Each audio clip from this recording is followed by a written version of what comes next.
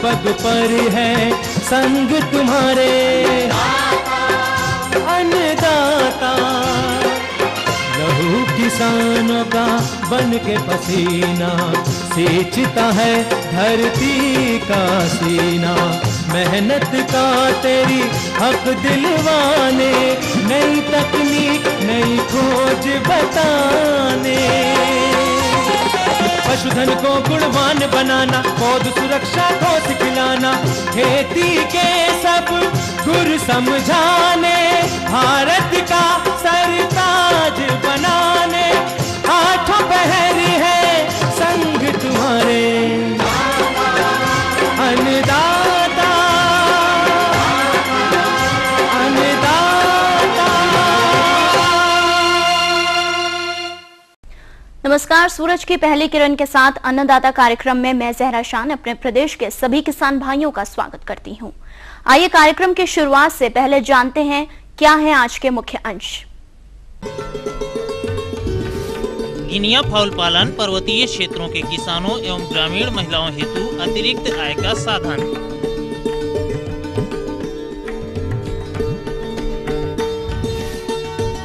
मक्का की उन्नतशील प्रजातियां एवं कम लागत में बुआई तकनीकें।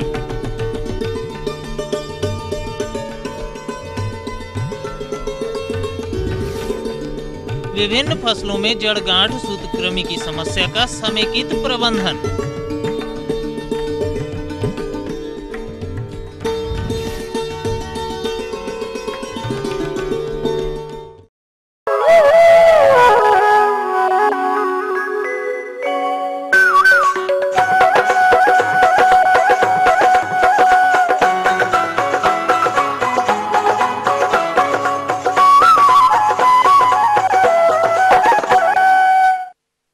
उत्तर प्रदेश एवं उत्तराखंड में लघु एवं सीमांत किसानों की संख्या बहुत अधिक है, जिनकी आर्थिक स्थिति ठीक न होने के कारण अधिक लागत वाले कृषि सह व्यवसायों को नहीं अपना पाते हैं तथा दूसरी तरफ आर्थिक स्थिति ठीक न होने के कारण वे कुपोषण की समस्या का शिकार होते हैं। अतः ऐसे किसान भाइयों के लिए कृषि में कम लागत वाले कृषि सह व्यवसाय उपलब्ध हैं, जो कि उसे अपनाकर अपनी दोनों समस्याओं से निजात पा सकते हैं, जैसे कि मशरूम उत्पादन, बकरी पालन, बैकयार्ड मुर्गी पालन इत्यादि प्रमुख है। यदि बैकयार्ड मुर्गी पालन के अंतर्गत गिनिया फाउल की बात करें तो अन्य मुर्गियों की अपेक्षा इसमें किसी प्रकार की बीमारियों की संभावना काफी कम होती है और मुख्य तौर पर उत्तराखंड में इसका पालन काफी लाभकारी हो रहा है। लेकिन उत्तर प्रदेश में भी इसे अपनाया जाए तो लाभ की काफी संभावनाएं हैं। बस जरूरत है कि इस व्यवसाय में थोड़ी सी उचित देखरेख की। तो आइए आज इसी व्यवसाय पर संपूर्ण जानकारी लेते हैं इस कार्यक्रम के माध्यम से।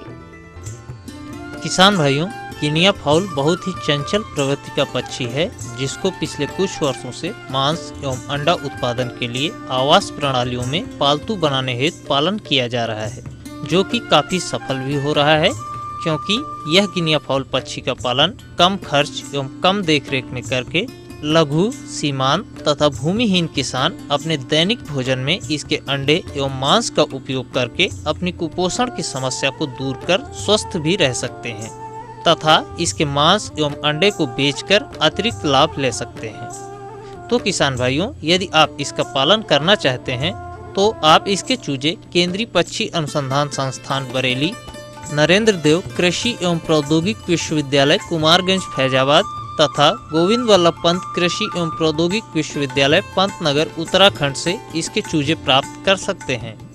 जहां तक इसमें प्रजातियों की बात है तो इसमें मुख्य रूप से पर्ल और लेवेंडर नामक 2 प्रजातियों का प्रयोग पालन हेतु किया जाता है। अब आइए जानते हैं इसकी आवास व्यवस्था के बारे में। अर्ध सघन बिछाली पद्धति। किसान भाइयों, गिनिया फाउल पक्षी समूह में चराई पर निर्भर रहने वाला पक्षी है, अतः अर्ध सघन पद्धति में पालन कर आहार के खर्च को काफी कम करके किसान भाई भरपूर लाभ ले सकते हैं, क्योंकि इस पद्धति में 50% से अधिक आहार की पूर्ति चराई से करते हैं और गिनिया फाउल का प्राकृतिक वातावरण में अधिक विकास होता है। अच्छे उत्पादन की प्राप्ति हेतु प्रति वर्ग मीटर 10 से 15 गिनिया फाउल पक्षी का पालन किया जाना चाहिए तथा बिछाली में धान की कुट्टी, लकड़ी का बुरादा आदि का प्रयोग करते हैं। बिछावन की नमी 30% से अधिक नहीं होनी चाहिए।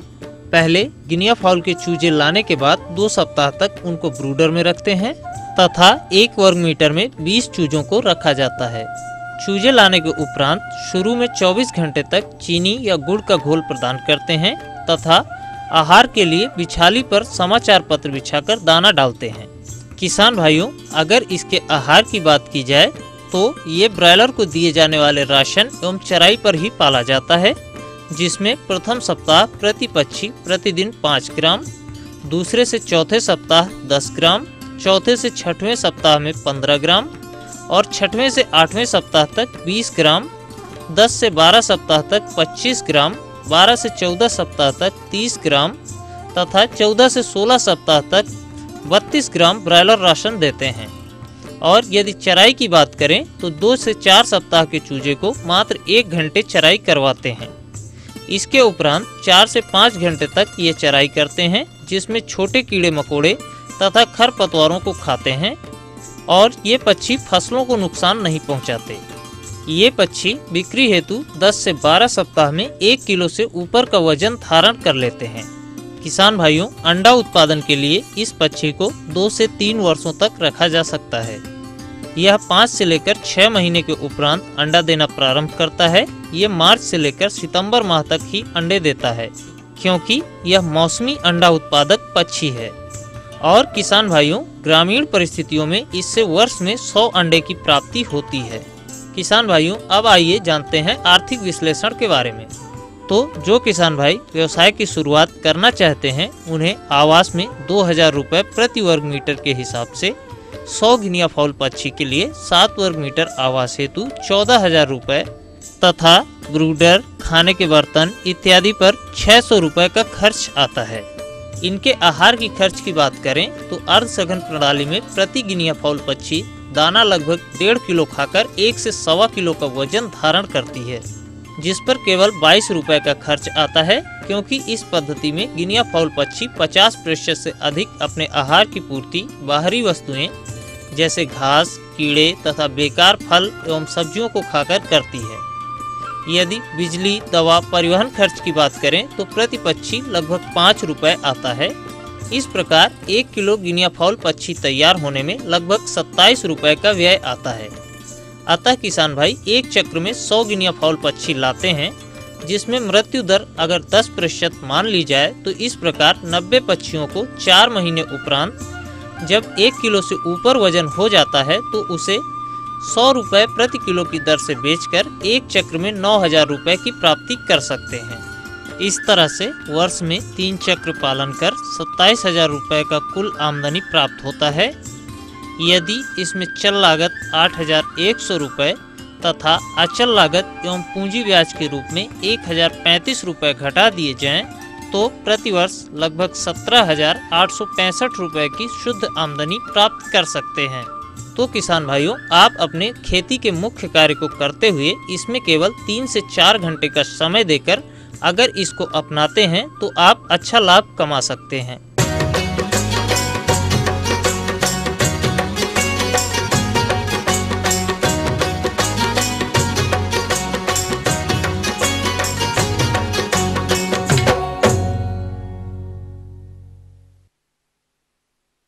सब्जियों में राजमा की बढ़ती मांग के कारण किसानों को अच्छा लाभ मिल रहा है, जिसके कारण इसकी खेती का क्षेत्रफल हरे सब्जी एवं दाने के लिए काफी बढ़ रहा है, जिसमें मुख्य रूप से पश्चिम उत्तर प्रदेश के किसान भाई इसकी खेती करके अच्छा लाभ प्राप्त कर रहे हैं।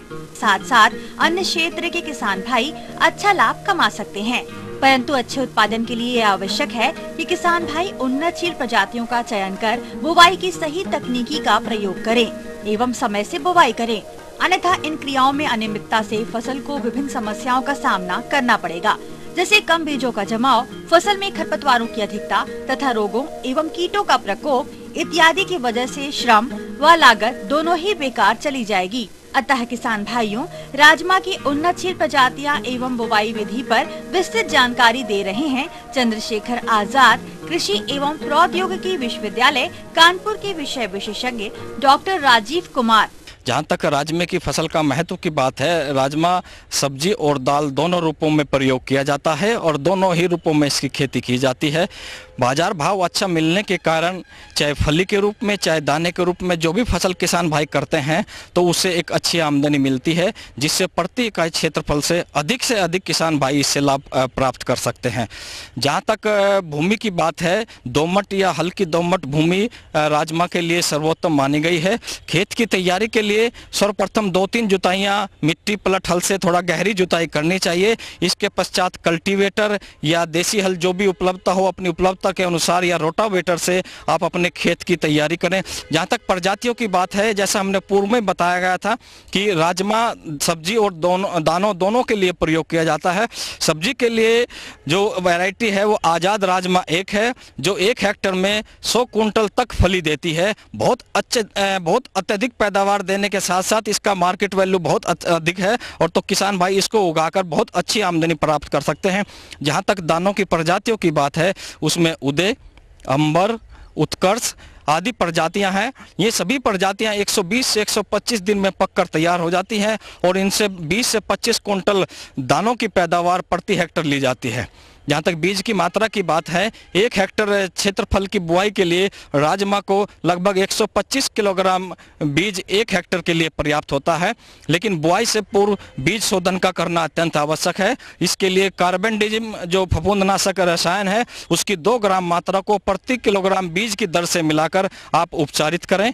जहाँ तक खाद एवं उर्वरकों की बात है, किसान भाइयों को ये बता देना चाहता हूँ कि राजमा की एक ऐसी फसल है जिसमें राइजोबियम की ग्रंथियों का विकास नहीं होता, तो इसलिए दलहनी फसल होने के लिए साथ साथ भी इसमें नाइट्रोजन का प्रयोग करना पड़ता है।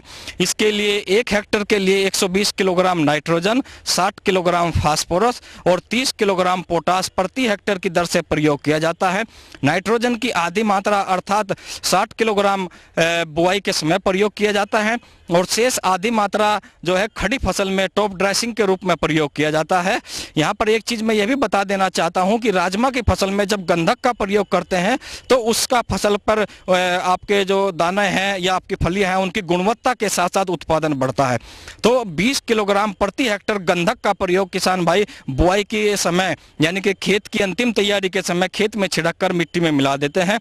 जो बुआई की विधि है वो बहुत ही अत्यंत महत्वपूर्ण है। कभी भी इसकी छटकवा बुआई ना करें, पंक्तियों में बुआई करें। पंक्तियों में बुआई करने के लिए एक पंक्ति से दूसरी पंक्ति की दूरी 30 से 40 सेंटीमीटर रखी जाती है तथा पौधे से पौधा की दूरी जो है लगभग 10 सेंटीमीटर होनी चाहिए। जहां तक बीज के गहराई की बात है, 8 से 10 सेंटीमीटर की गहराई पर यदि आप बीज की बुआई करते हैं तो उसके परिणाम अच्छे आए हैं।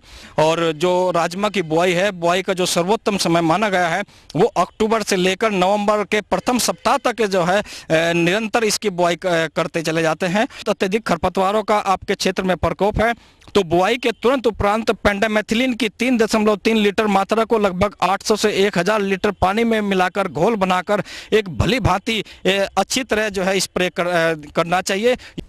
अभी और भी कई जानकारियां शेष हैं, लेकिन इससे पहले लेते हैं एक छोटा सा विराम।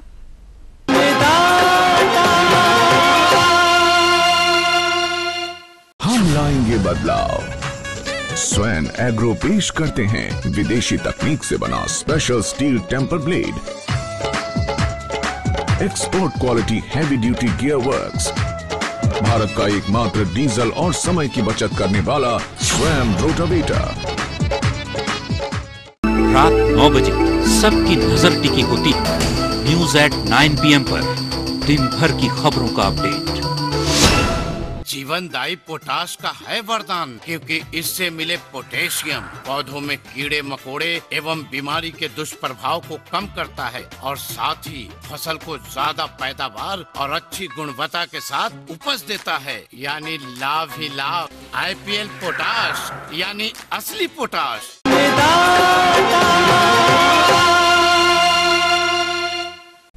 ब्रेक के बाद हम फिर हाजिर हैं आपके साथ। बढ़ते हैं अगली कड़ी की ओर।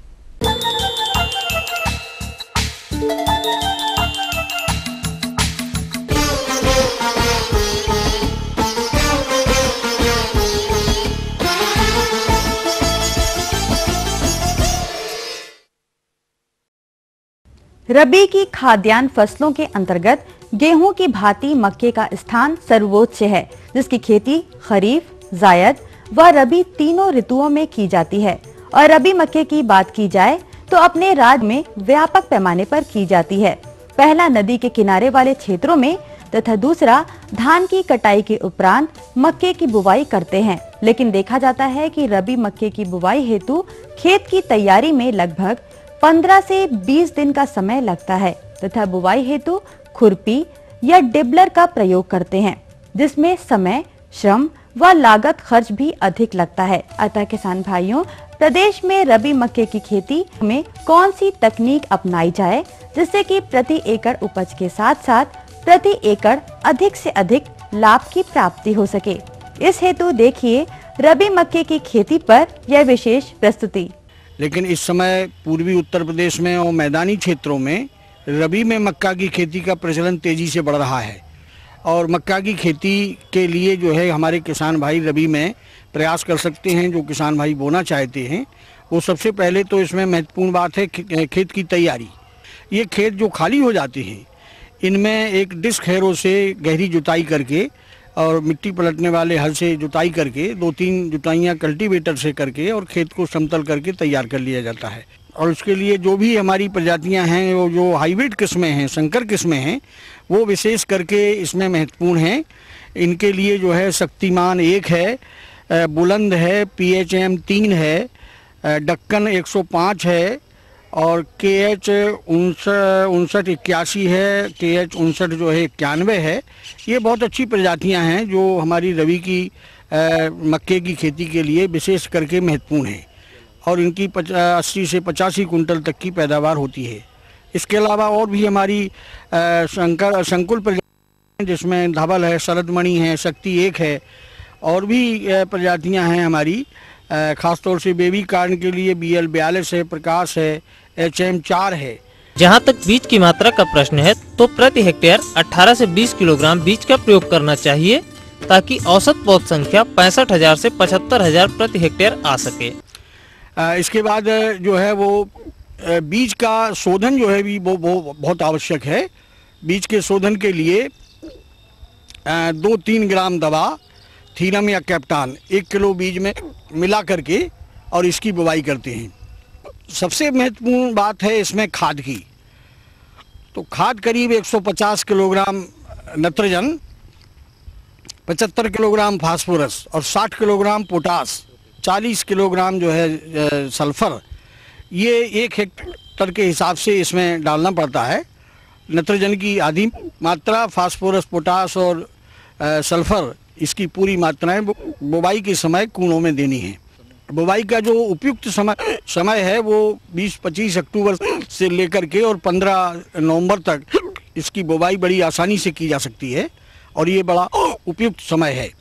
बुवाई की विधि विशेष तौर से लाइनों में करनी है और एक लाइन जो है वो 60 सेंटीमीटर रखते हुए लाइन से लाइन की दूरी 18 से 20 सेंटीमीटर पौधे से पौधे की दूरी रखते हुए बुवाई करनी है। किसान भाइयों, यदि रबी मक्के की बुआई धान के बाद करने जा रहे हैं तो धान के खेत में नमी के उपयोग के साथ साथ कम लागत एवं कम समय में संसाधन संरक्षण तकनीक के तहत जीरो टिल तकनीक से बुआई कर हम रबी मक्के से प्रति एकड़ 4,000 रुपए की लागत कम कर अधिक से अधिक उत्पादन प्राप्त कर सकते हैं।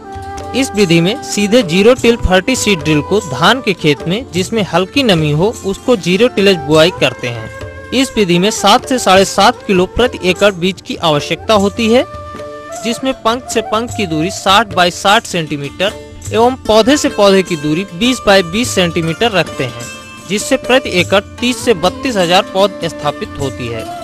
Zero tillage forty seed drill में कल्टीवेटर एक तवा होता है जो कि मिट्टी को चीरता हुआ मक्के के बीज को 2 से 5 सेंटीमीटर भूमि के अंदर डालता है।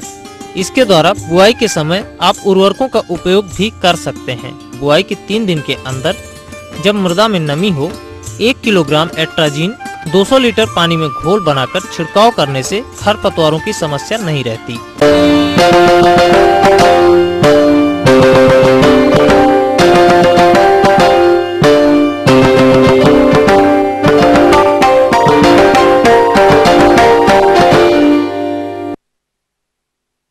फसलों उत्पादन के अंतर्गत उत्पादन को प्रभावित करने वाले कारकों की बात करें तो रोग एवं कीट प्रमुख हैं, जिनके पहचान लक्षण साफ तौर पर फसलों पर देखे जा सकते हैं। लेकिन किसान भाइयों, आज हम चर्चा करेंगे सूत्रकृमि से होने वाले रोग एवं इनके प्रबंधन पर।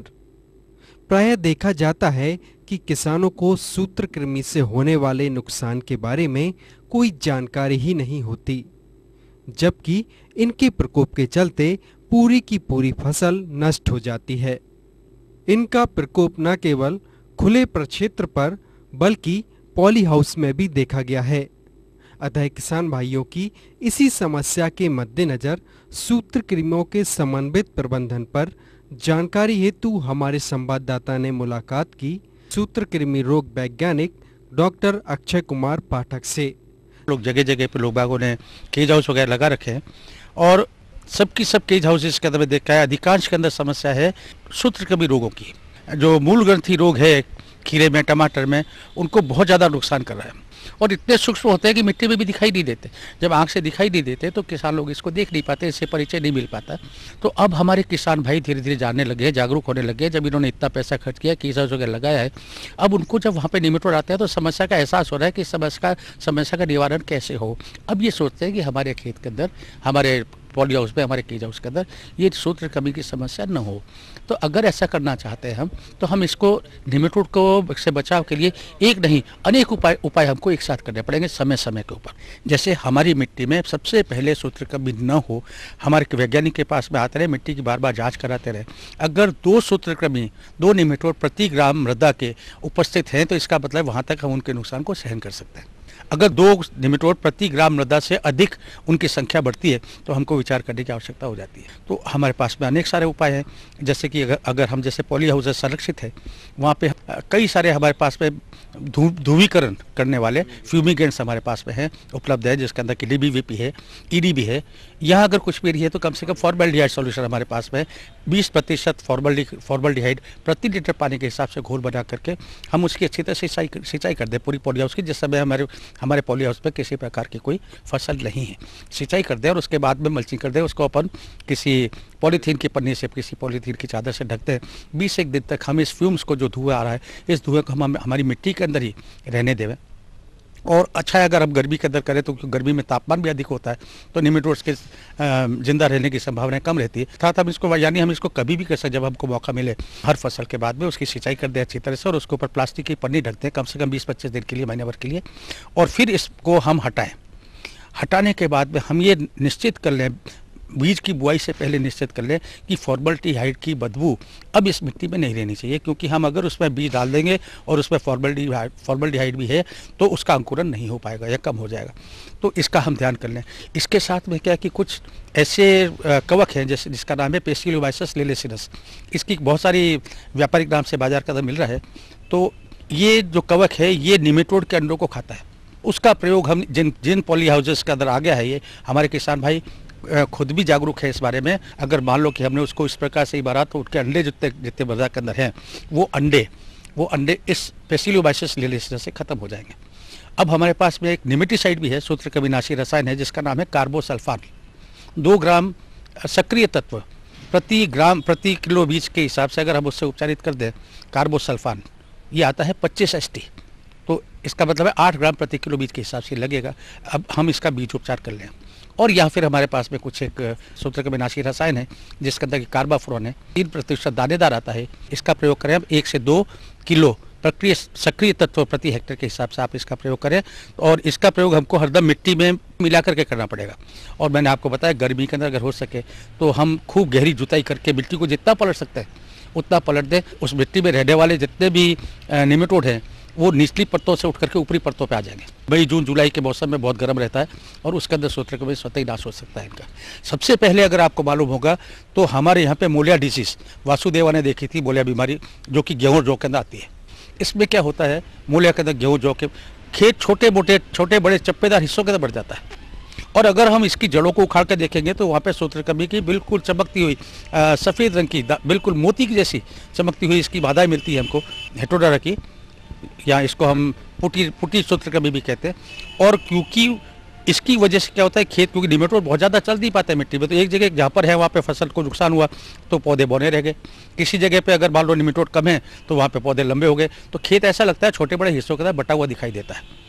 अगर ऐसा है तो जो मैंने आपको उपचार बताया है निमेटोड्स के लिए, राज MR1 किस्म है गेहूं की, जौ की हमारे पास किस्में हैं, राज 2052, 2035 है, ये सब प्रतिरोधी किस्में हैं गेहूं की, जो कि हम इनको अपना सकते हैं और हम हेर फेर करके फसल बो सकते हैं। गेहूं जौ की जो फसलें हैं उनको हम सरसों से हम उसका फसल चक्र अपना सकते हैं। सरसों की जड़ों के अंदर एलाइल आइसोथायोसाइनेट नाम का एक रसायन है, उसका स्राव होता है जिससे निमेटोड दूर भागता है। इसी प्रकार सब्जी की फसल के बीच बीच में गेंदे के फूल लगा सकते हैं, गेंदे।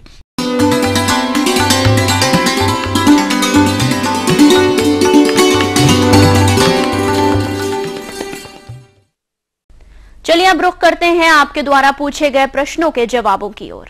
आज जो प्रश्न शामिल किया गया है उसे पूछा है रोहनिया रायबरेली से गजेंद्र यादव ने। आपके बताए अनुसार आपकी पपीता की फसल में पर्णकुंचन रोग का प्रकोप दिख रहा है, जिसके नियंत्रण हेतु देखिए कार्यक्रम की यह प्रस्तुति। प्रदेश में कानपुर के क्षेत्रों में आसपास बहुत ही पर्याप्त मात्रा में खेती इसकी किसान भाई करते हैं। एक इसमें विशेषकर पर्णकुंचन जिसे हम मोजाइक कहते हैं, ये रोग बहुत ही भयंकर लगता है। इससे लगभग 30% लगभग नुकसान होता है पपीते की खेती में। यह एक विषाणु जनित रोग है और ये सफ़ेद मक्खी के द्वारा फैलता है। सफ़ेद मक्खी रस चूसती है पत्तियों से और पत्तियां पीली पड़ने लगती हैं। ये एक कैरियर का काम करता है। यह पर्णकुंचन रोग पत्तियां आकार में चपटी हो जाती हैं, एक कुंचन का आकार ले लेती हैं, विकृत रूप कर देती हैं और पत्तियां सिकुड़ने लगती हैं और उसकी सिराएं मोटी हो जाती हैं। यह स्पष्ट रूप से देखा गया है कि प्याले के नुमा ये कप के रूप में नीचे की तरफ एवं भीतर की ओर पत्तियां मुड़ने लगती हैं और इसके पर्णवृंत जो होते हैं वो टेढ़े मेढ़े हो जाते हैं। इन पौधों पर फल एवं फूल भी नहीं लगने लगते हैं और पौधे की वृद्धि जो है एकदम से रुक जाती है और पौधा नीचे झुककर गिर जाता है। इस मोजाइक रोग में नए पत्तियों पर चितकबरापन व पत्तियां सिकुड़ने लगती हैं और सबसे पहले देखा गया है कि ऐसी पत्तियां आकार में छोटी, विकृत तथा लता तंतु जैसी हो जाती हैं।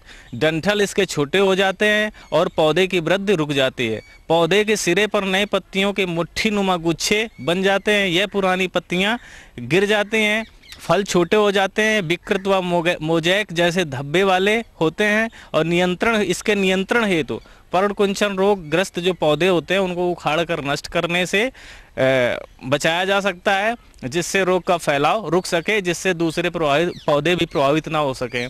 और पपीते की कोई भी किस्म रोग रोधी हो उसको हम कुर्ग हनीड्यू वगैरह इसको हम लगा सकते हैं। रोग का फैलाव कीटों से होता है, वही हमने जो अभी बताया है कि सफ़ेद मक्खी द्वारा होता है। पहले इस सफ़ेद मक्खी को हम कंट्रोल करेंगे, इसकी रोकथाम करेंगे। उसके लिए डाईमेथोएट 3 EC का या मिथाइल डिमेटाटोन 25 EC का 1 मिलीलीटर प्रति लीटर के हिसाब से घोल बनाकर 15 दिन के अंतराल पे अगर हम छिड़काव करते हैं तो इससे हम बचाव कर सकते हैं। किसान भाइयों, अगर आप हमसे कृषि से संबंधित सुझाव या समस्या के समाधान हेतु संपर्क करना चाहते हैं तो आप हमें इस पते पर पत्र लिखें। हमारा पता है प्रोड्यूसर अन्नदाता ETV Uttar Pradesh Uttarakhand, Ramoji film city Hyderabad 501512 या फिर मेल करें annadaata.up@etv.co.in या निःशुल्क फोन संपर्क सेवा 1800-425-4085 पर सोमवार से शनिवार शाम 5 बजे से 6 बजे तक संपर्क करें। किसान भाइयों, आज के अन्नदाता कार्यक्रम में बस इतना ही। कल फिर हम हाजिर होंगे नई रोचक जानकारियों के साथ। तब तक के लिए अन्नदाता की पूरी टीम को इजाजत दीजिए। नमस्कार।